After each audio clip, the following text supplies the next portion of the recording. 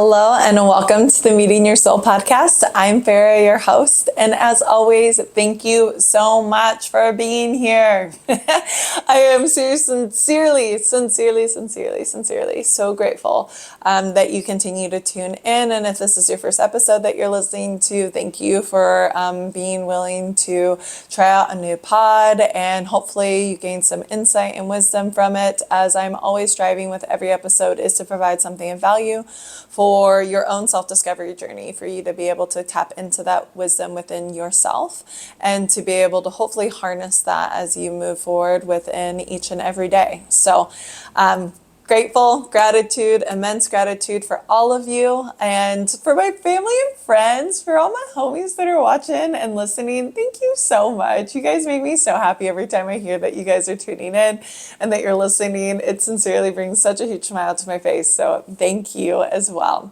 Thank you to you all. So with that, let's go ahead and dive into today's topic. And that is the 5 spiritual lessons I learned in 2023. And wasn't she an interesting one? She was. She was a wild ride. She was a wild ride. Lots of highs, lots of lows, and everything in between. And I am grateful for every single moment that occurred, though.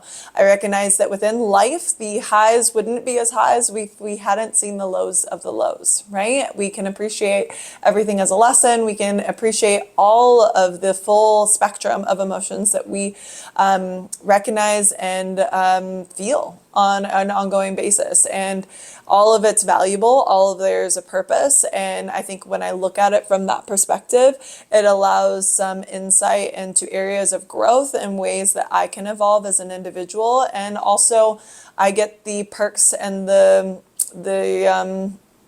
elation of the joy that comes along with it. And I am, full spectrum this year. I think there was a lot of highs, there were a lot of lows, and all of them played a part into who I am today. And so with that, I recognize that it is all valuable, it's all there for a reason, and it's all occurring for a reason. But taking the time to reflect, to be able to step back and to be able to appreciate all of that and to really integrate the lessons that were learned, I think is key, because it gives us the opportunity to continue the evolution of our souls instead of just replaying the same stories or the same lessons over and over. It's really easy. I think the universe continues to present the same lesson until we fully learned it and incorporate it and we've moved on from it. And so I think there's so much power that comes along with taking time to be able to really look at what's occurred in order to ensure that it doesn't keep reappearing. And, in life, there's always, it's very cyclical. So things are bound to come up again and again, but just recognizing what's coming up for you and how you can grow from it. So enough with all that jazz. Let's talk about the 5 lessons, my 5 lessons from 2023. And if you follow me on the Instagram, you probably saw these and listened to them in real time, because I typically am very open about what's going on in my life. And I use it in a broad sense because I want it to be applicable to a larger population and audience. But there's definitely some themes that came through this year. One is communication. How do I communicate from a place of compassion? 2 was balancing fun and discipline, and being able to have breaks while still maintaining focus and motivation. 3rd is boundaries, how to establish boundaries while still being empathetic and allowing people in, not pushing people away, not then completely enmeshing with others, but to have that balance between both of those. And 4 was accepting the larger plan at play, to be able to have faith, to be able to be trusting of the decisions I was making and my intuition's guidance towards those. And my 5th lesson was really this idea of self-love, to be able to love myself in all of my different phases, in the highs and the lows and everything in between, and recognizing that I am worthy no matter what. And those were all pretty potent lessons I learned this year, and I'd love to share more about each one. So let's talk about it. First one's first, communication. There were so many opportunities for me to be able to learn how to express myself this year, like so many. And it was this huge swing of me being able to just remove the filters, say what I want, be expressive, like, talk about the uncomfortable things, bring up the elephant in the room with no shame, to be able to say what I'm truly experiencing without this fear of how someone could respond.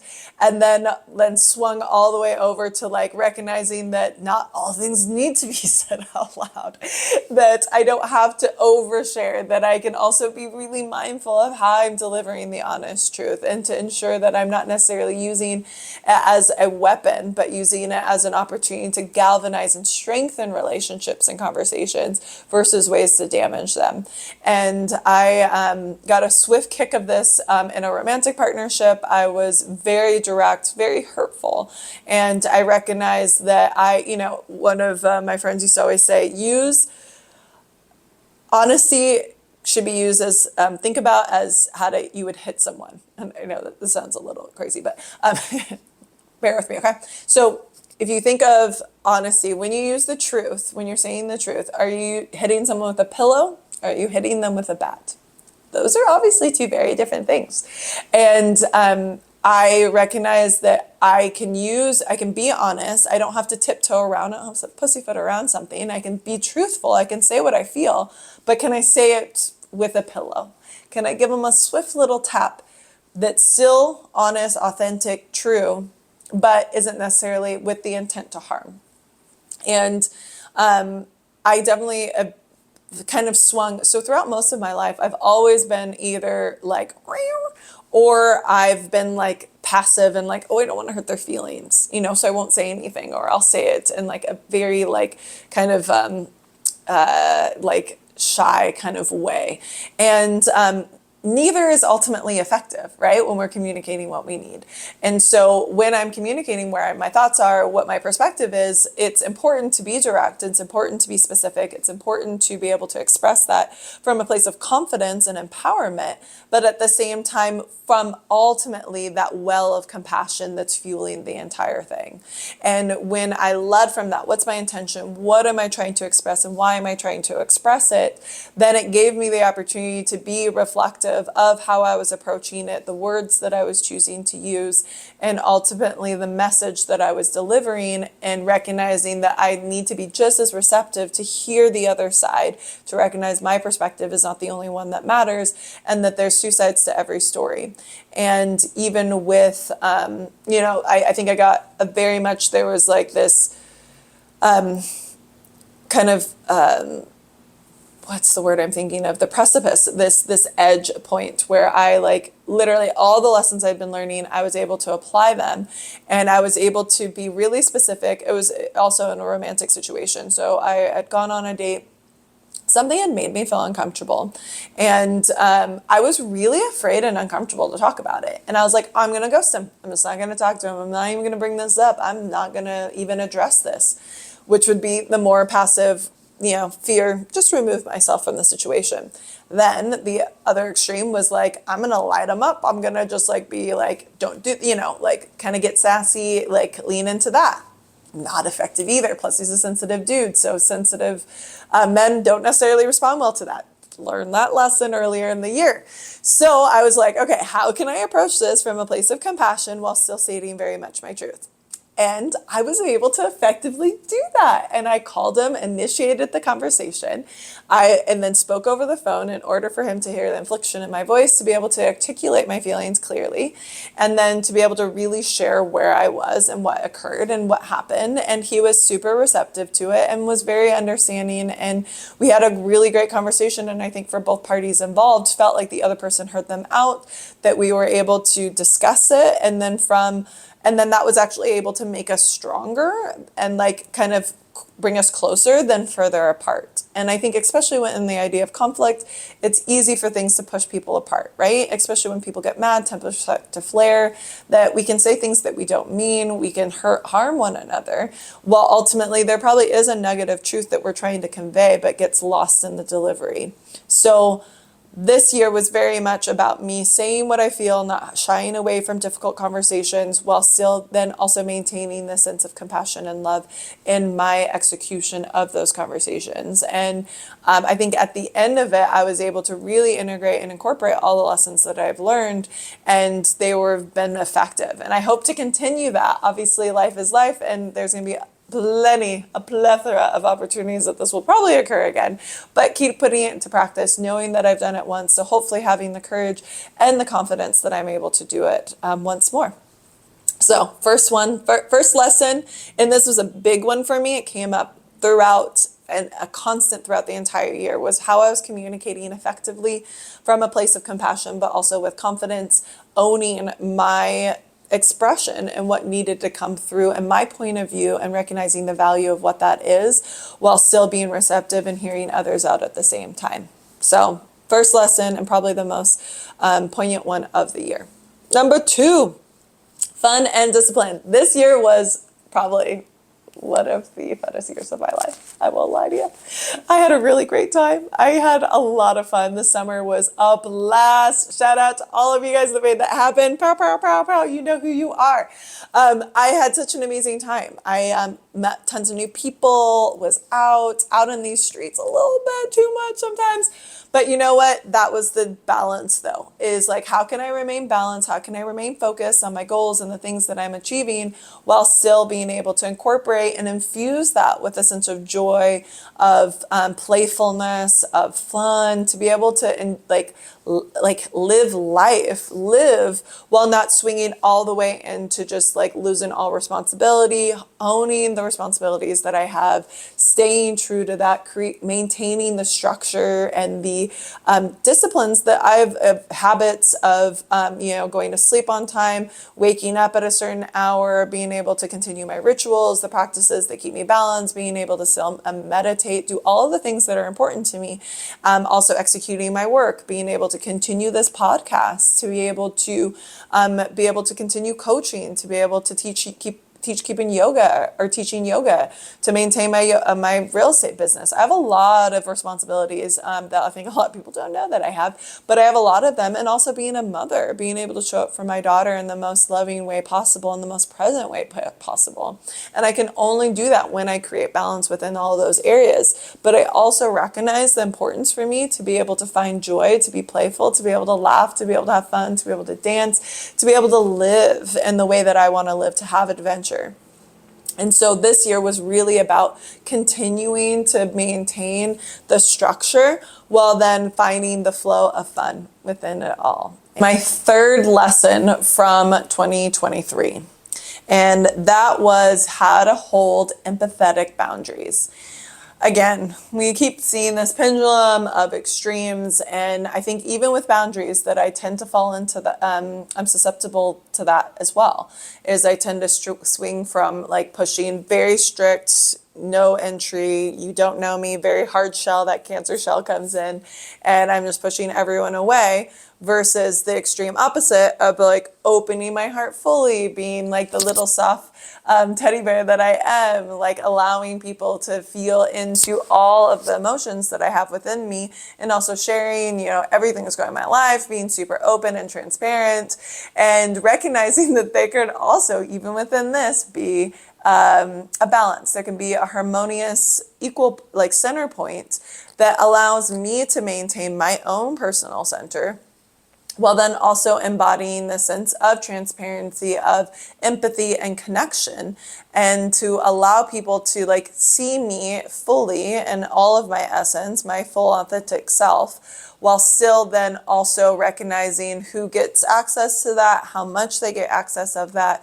and choosing to know that I have the say of when and where. And that was one that I think I struggled with quite a bit through, through some turmoil with relationships, with how to communicate my boundaries, to friendships, to different situations within career to be able to say like, I do want to like, be friends with my clients while at the same time within reason, but then also recognize that I can be friends with my coworkers and we can chill and we can hang out and we can be real, but they don't need to know every aspect of my life. While then also within relationships to be able to set up boundaries of like when I feel comfortable to be able to say like, these are the parameters of when I'm available and I can hang out, even though I do want to get to know you and I do want to connect with you and be available to you.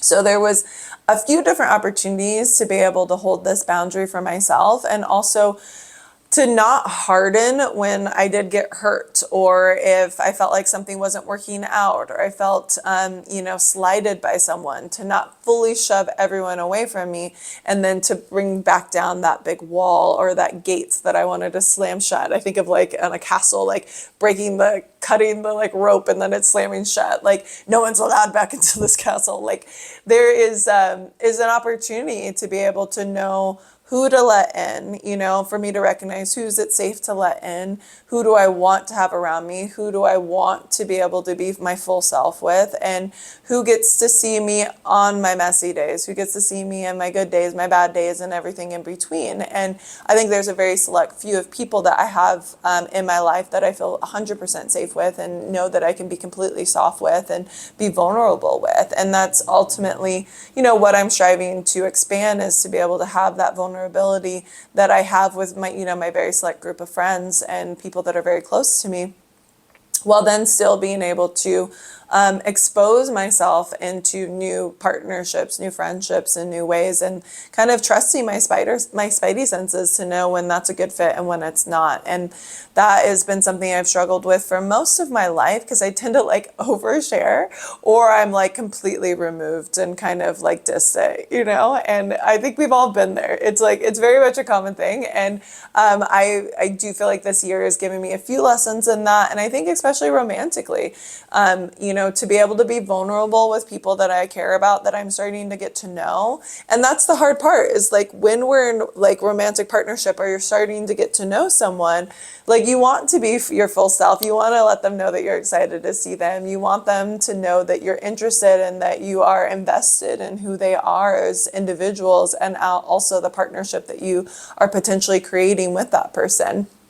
Well, then it's like, do you show all of your cards? How long do you wait before you respond? Do you act too eager? Do you, there's all these games that get played within the dating world. And okay, full disclosure, I have not been dating. I have separated from my ex a few years back, and I have been very consciously single. I call it conscious singlehood. And so I've been very adamant about like, I'm going to heal. I'm working on myself. I need to like move through some stuff. And also I want to, pour into the people that matter most to me. And that's really within my core group of people, my friends, my family, and let that be the focal point for a little while, because I lost myself a little bit within my marriage. And so to be able to regain that individuality was really important to me. And also to remind the people that were there for me during that challenging time how much they mean to me and how important they were to me. And then also establish new friendships and connections in addition to that. So that was really more of what my focus was. And then this year was like, okay, I'm going to open myself up to a romantic partner, to actually be in partnership again, and the possibility of potentially seriously dating someone instead of being so casual, in which I've been doing before.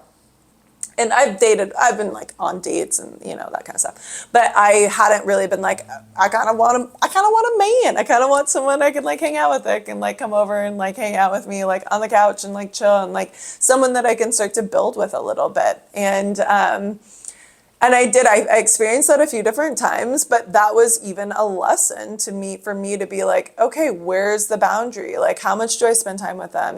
Do I have breaks? Do we talk every day? Do I need to like show up for them fully, 100% of the time? And, I found a couple of individuals, one in particular, that I really saw that kind of developing with. But then once I started to get more vulnerable, it started to get really uncomfortable.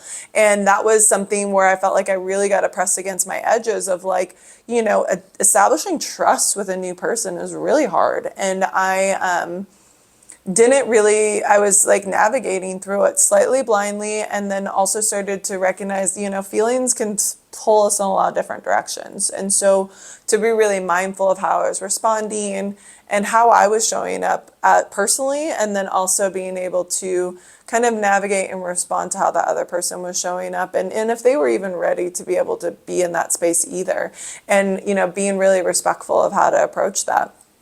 And so leaning into vulnerability with my communication, with my heart, is something that is very extremely difficult for me. And this year was an opportunity where I felt like I kind of finally opened myself back up to be like, okay, I'm willing to love again. And I don't think I was really willing to love another partner since my divorce. And I finally feel like there is a space for that within my life, and that I'm willing and actually excited about the opportunity to do so. So there you go. So that was a big lesson, to say the least, this year, was being able to have empathetic boundaries, to let people in, to be able to maintain my autonomy while still then embracing different aspects of people within my life and my daily routines. And that goes across the board. And I think there was a lot of challenges, there was a lot of pitfalls, but I learned through them. And I think that that's what's most important. And I think it's helped me grow as an individual. And I'm hopeful that in the future, it will be able to foster an even more nourishing relationship when I choose to take that choice, or take that route, and that change. I'm fumbling my words because, let's be honest, I don't know if I like it. Vulnerability is not my strong suit. I don't love it. It's something I've always struggled with, especially in partnerships. And so this year though, I'm trying to be softer, more feminine, lean into my feminine nature, and more receptive to really allow others to love on me without any expectations, and to also love without any expectation, which is also extremely difficult. So much we say we want unconditional love, but who really understands that and knows that? It's few and far between. And so recognizing my own conditions, my own expectations, and being able to be realistic about what those are, so that I'm able to show up for someone else with the awareness, at least, of what I expect, and also being able to hold space for them and what they expect, and to have open and clear communication about what both of those are, to be able to create a compromise within that, and to be able to move slowly as we move forward, so that we have a clear understanding of what each person wants and what each person deserves throughout the way. So boundaries, key, holding them, establishing them, communicating them, and being true to them while still being soft, still loving on people, still holding space for people, still being able to let people see that piece of me and me fully, and in all of my glory and all of my mess. So that was definitely my third lesson. My fourth lesson, sorry, I have all my lessons over here. That's what I'm looking at. My fourth lesson is being aware of accepting and surrendering to the greater plan at play. I get really driven. I get zeroed in when I want something. Like when I see okay, I'm going to do this, this, and this. I'm very goal oriented. I always have been. It's the pit to fire in me. So I'm once I want to achieve something, I just I go, this is, and then I create very distinct plan of how I achieve it. And then I forge ahead. It is time to go. Let's do this. And, being careful and being receptive to the fact that that plan might change was something that was a huge struggle for me this year, was that I was okay, this isn't necessarily the route I thought I was going to take, but here we are. This wasn't necessarily the way I thought I was going to arrive here, but here we are. The plan is now shifting, it's changing, it's molding into something that I wasn't expecting. Can I be okay with that? Can I accept that? Can I not resist that? Can I flow like water? Can I be like a river? Can I recognize that if there's a boulder in front of me, then maybe I just go around it, not try to plow through it? If there's, a detour that takes me off path, It might, in my mind, it might feel like a detour, but in actuality, it's a shortcut. I don't know the greater plan at play. I don't see the whole picture. I can only see a sliver of it. But can I have faith and can I surrender and trust in the divine to lead me and put one foot in front of the other and know that that's enough all on its own, that I already have all the pieces I need to know right now and to take action from that space, but to continue to take action, not to get stuck, not to get, analysis paralysis, but to continue on from this place of trust and understanding of what's going on. And, that's a challenging one for me. I think it's a challenging one for all of us.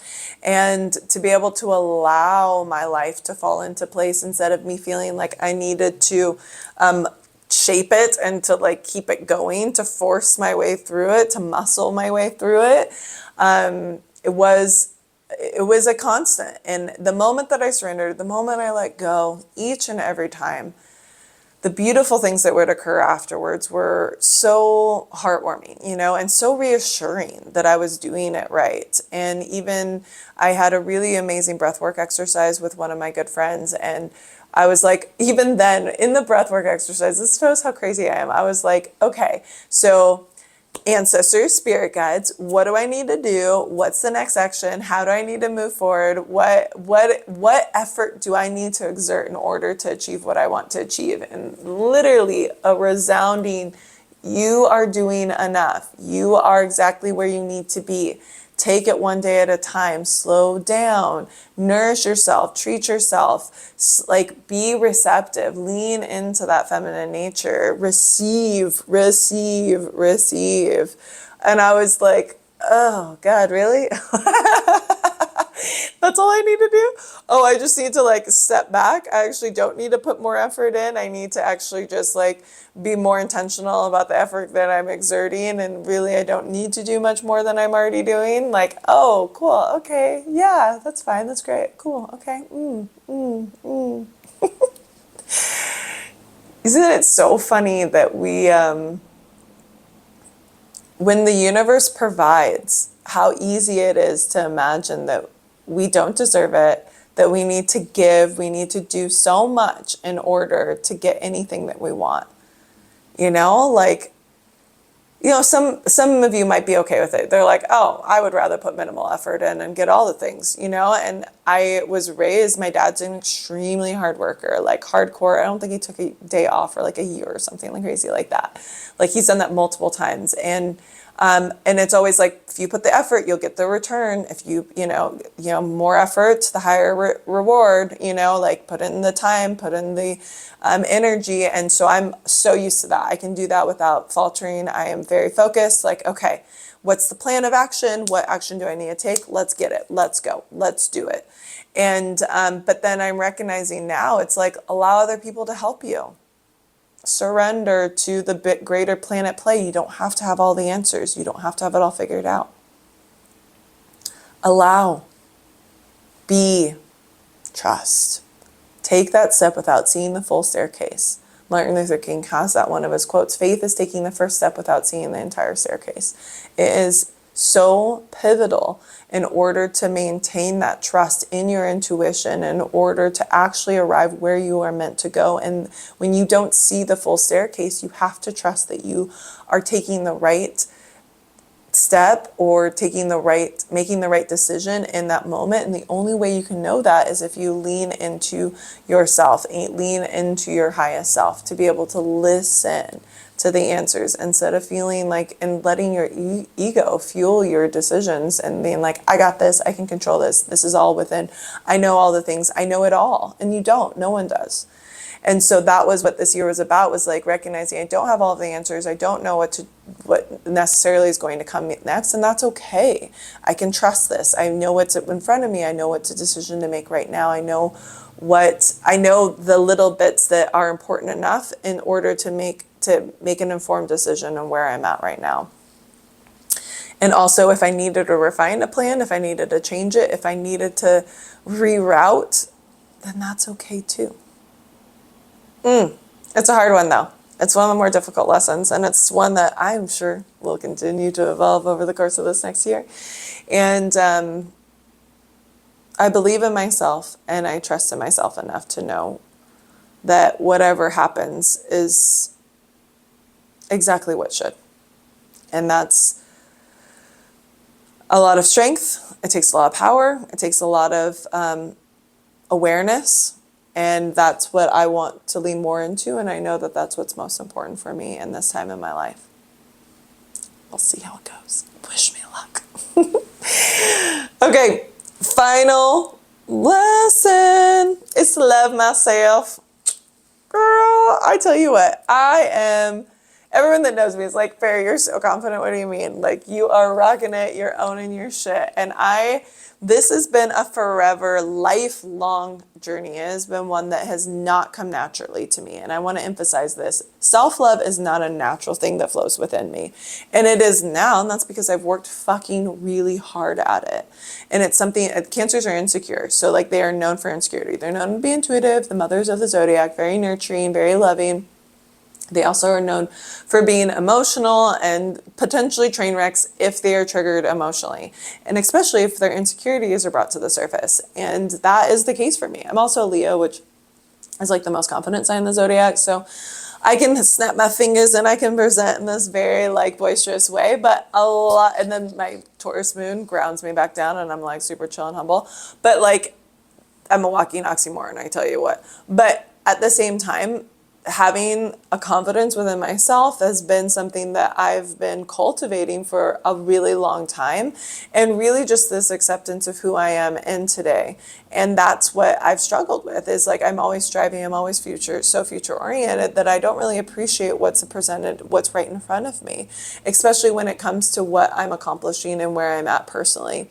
And this year, I was thinking about how grateful I am that I have arrived exactly where I am, and that it's been a lifelong journey. It's been this slow progress, but to arrive and to be here is such an accomplishment all in its own, and I should be fucking proud of myself. You should be proud of who you are and who you are today, because you know what? It's taken a lot to get here, and no matter if it's exactly where you want to be in the future, there's been some pitfalls you've overcome, some things you never dreamed possible. You've probably achieved more than your wildest dreams, and you think about when you were a young kid, that to even imagine what you've been through and to be where you are is a fucking,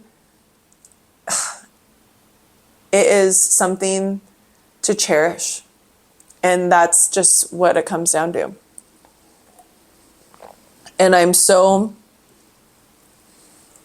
thankful that I am where I am today. And even if it's not where I ultimately want to be, the fact that I've overcome the things that I have, that I'm as confident as I am, that I love myself as much as I do. I just gained like 10 pounds and I'm like so cool with it. Like, don't give zero shits about it. And I was even like, damn, I kind of like where this is landed. Like, don't care at all. And I don't think I would necessarily be in that space a couple years back, and I lost 30 pounds a couple of years ago, 35 pounds or something crazy like that. So like I lost a bunch of weight and then they gained a little bit back. I was like feeling it though. Like I love myself. I love myself in all my phases. I love myself in my body. I love who I am. I love what I represent within my life, within who I am as a person and how I show up for the people around me. And I try really, really, really, really, really hard to be the best version of myself, but no one's perfect and no one has it all together. No one has all the answers and no one everyone makes mistakes. So like, it's okay to love myself through the mistakes. It's okay to love myself even when things don't work out. It's okay to love myself even when I mess up. And like, isn't that such a gift all in its own? Like, I hope that you love yourself no matter what. If you make a mistake, it's okay. We all do. Get back up, continue on, learn from that mistake and allow it to help you turn in and really bloom into the person that you're meant to be. To be able to open up your wings and know that sometimes you're going to fall down, but then you can keep flying. And that's a gift. That's the beauty. That's the human experience all in its own. And it's something that I have struggled with because when I make a mistake, I tend to tear myself apart. I tend to drag myself through the mud. I'll like literally ruminate on it nonstop forever and ever. And it's like, what's the fucking point of that? Like there's so much more to be learned than there is to be able to just kind of keep beating a dead horse. And the moment that I can integrate a lesson, to be able to incorporate it, to be aware of it, and to move on is exactly what we're meant to do. And to love yourself in all of that, to hold space for yourself, to know that you're worthy, that you're enough just as you are today, is all you really need to be concerned with. So I love you. Thank you for listening. Thank you for being here. Thanks for seeing me in all of my mess and all of my beauty, and recognizing that that same beautiful dichotomy also exists within you, and that within the love and light, you are worthy of everything and more that you desire. And I hope that you embrace all the lessons, take time to reflect on your own personal lessons from this last year. Know that they will probably continue on as life does, as it should, and that you don't have to have it all figured out, but then to be really mindful and like recognize, okay, well, where am I growing? What do I need to continue? What are some areas? What are some moments that I never would have dreamed or even wished upon myself? But at the same time, I'm recognize the value that they were at that time and how they have continued to help me be the person that I am today. And you don't ever appreciate the peaks unless you've been in the valleys. The ebb and flow of life is there for a reason, and that it's a continuum, and it's a constant. And I'm very grateful for that. I'm grateful for what I experienced this previous year, and allowing all of that to continue to shape who I am today. And knowing this year is going to be, the roller coaster continues.